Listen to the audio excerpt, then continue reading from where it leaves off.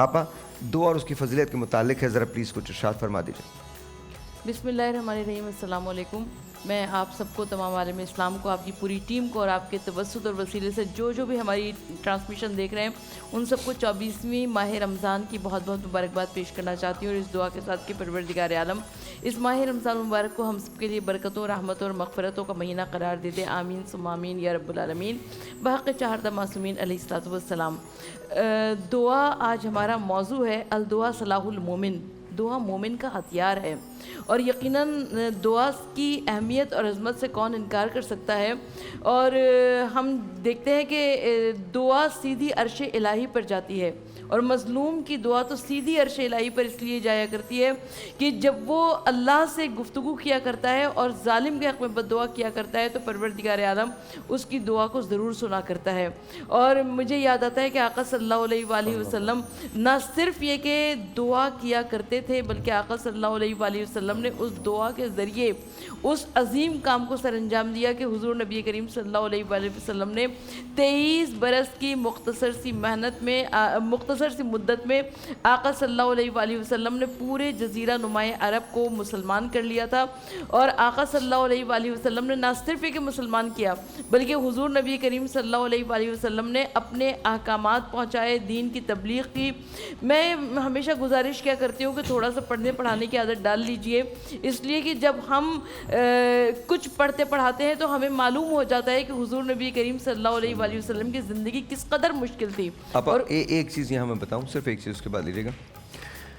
2002 تک اسلام دنیا کا دوسرا بڑا ریلیجن تھا.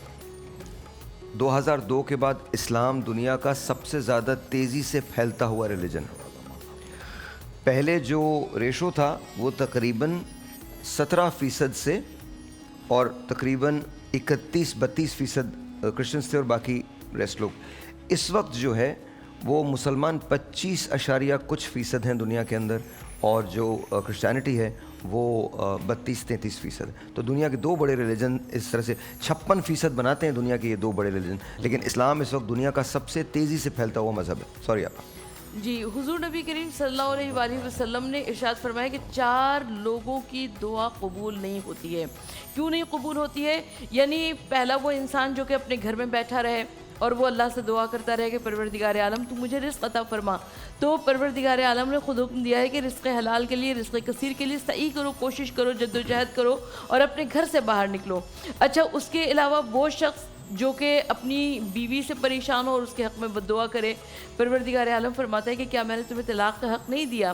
اسی طرح سے وہ شخص جو کہ اپنے ہمسایوں سے, برے ہمسایوں سے پریشان ہو اور وہ ان کے حق میں بد دعا کرے, پروردگار عالم نے فرمایا کہ کیا تم اپنے مکان کو تبدیل کر سکتے ہو, اپنے ہمسایوں کو تبدیل کر سکتے ہو, اپنے مکان کو بیچ سکتے ہو, گھر کو چھوڑ سکتے ہو.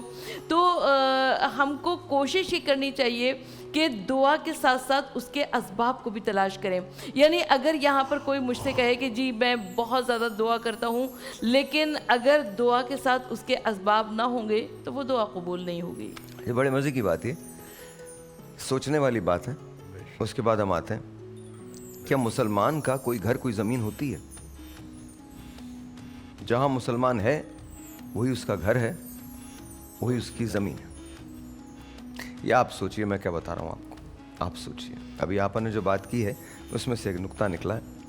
ہم جو ورلڈلی پوزیشن کے بارے میں پریشان ہوتے ہیں نا, گھر نہیں بیچنا, گاڑی نہیں بیچنی, یہ نہیں کرنا, آپ کا ایکچول گھر کیا ہے؟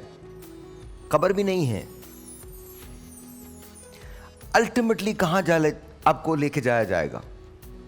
پتلا جب بنا دیا گیا تو اس میں روح ڈالی گئی. الٹیمیٹ کیا ہے؟ آپ الٹیمیٹ ڈیوائن سے جا کے ملیں گے. تو گھر آپ کا یہ بھی نہیں ہے. اگر آپ کو لوٹنا ہے تو مرکز کی طرف لوٹنا ہے. مرکز کیا ہے؟ رب کریم.